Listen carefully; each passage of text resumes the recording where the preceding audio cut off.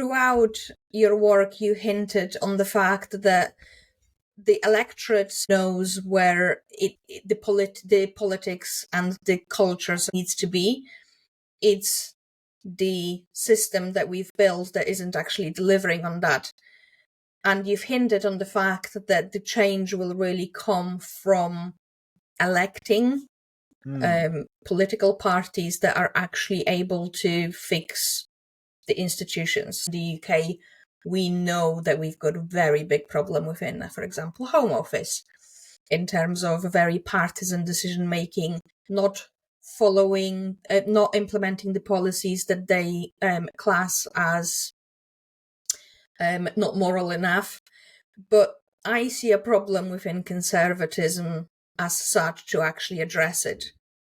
A lot of people want to actually see some very, very decisive action that to a lot of conservatives, it will feel a little bit too revolutionary.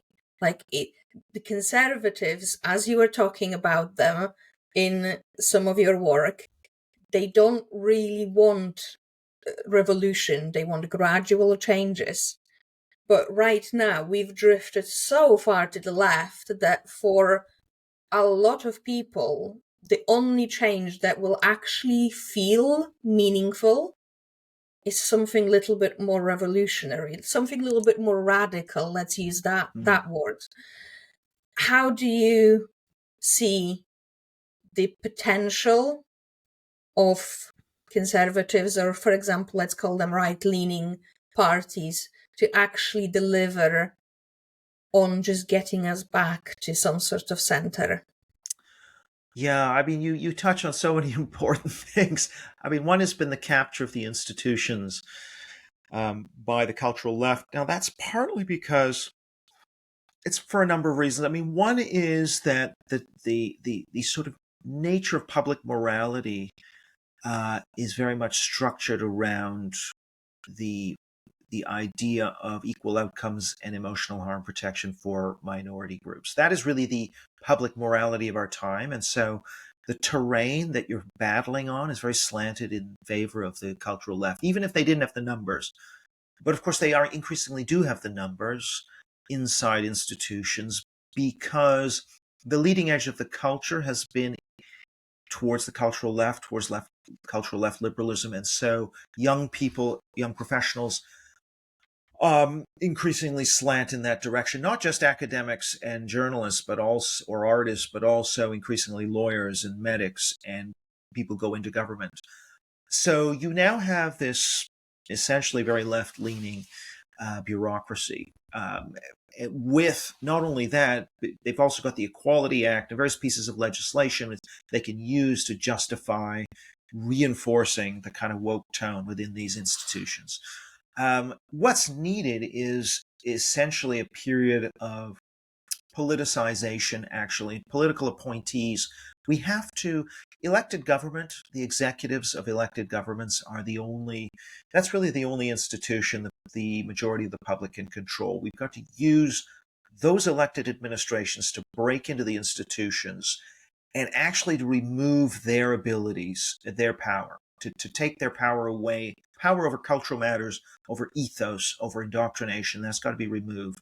And that's as true for schools as it is for universities, as it is for bureaucracies. Now, that's not to say government should be controlling what is taught in universities. No, universities have to have the freedom to teach, to teach the curriculum they want to teach. What I would say, however, is that there's definitely a role for government here.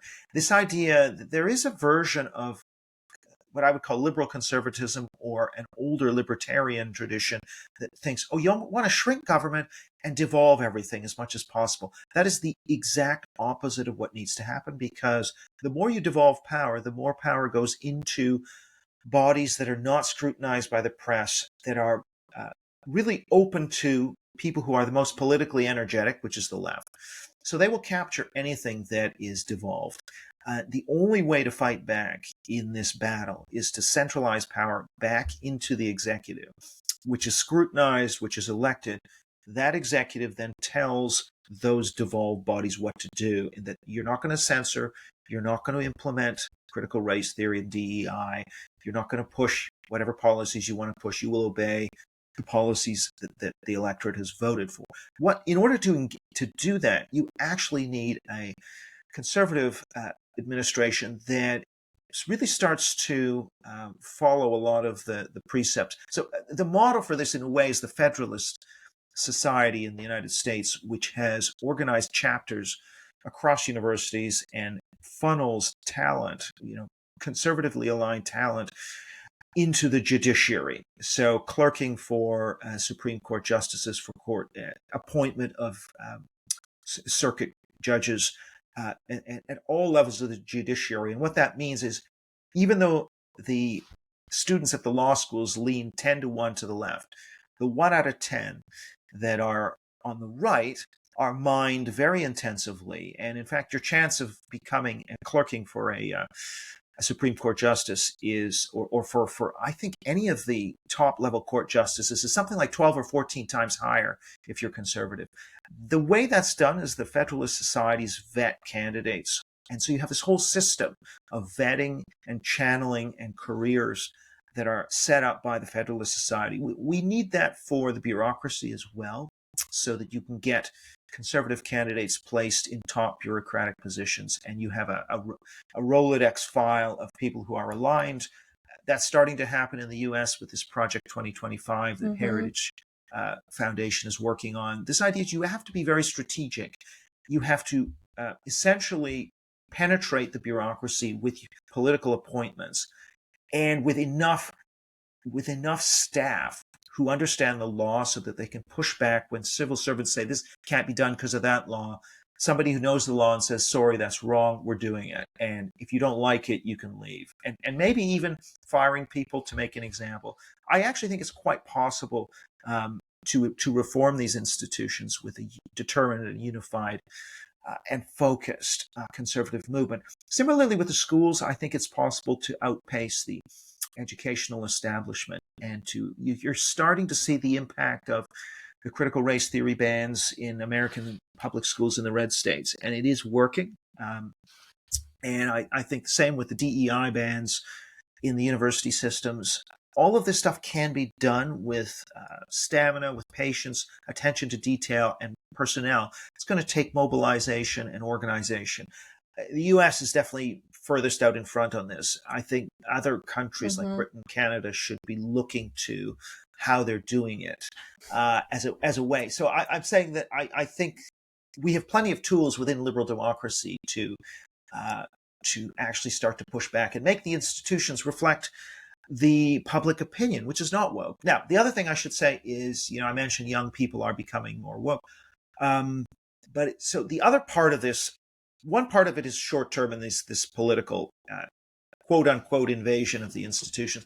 But the other part of this is a longer-term, the battle of ideas, which is a longer-term game. And there, I think it's happening in places like this. It's happening online. Online is having an impact now. I'm more and more convinced the new media and the online, the podcasts, the YouTube channels, they're all having an impact. You can see it among younger people in particular who aren't watching mainstream media. And there is a significant anti-woke component amongst young people. And I think that's coming online. I don't think it's definitely not coming from schools and universities. It's so definitely not coming from BBC either. Yeah.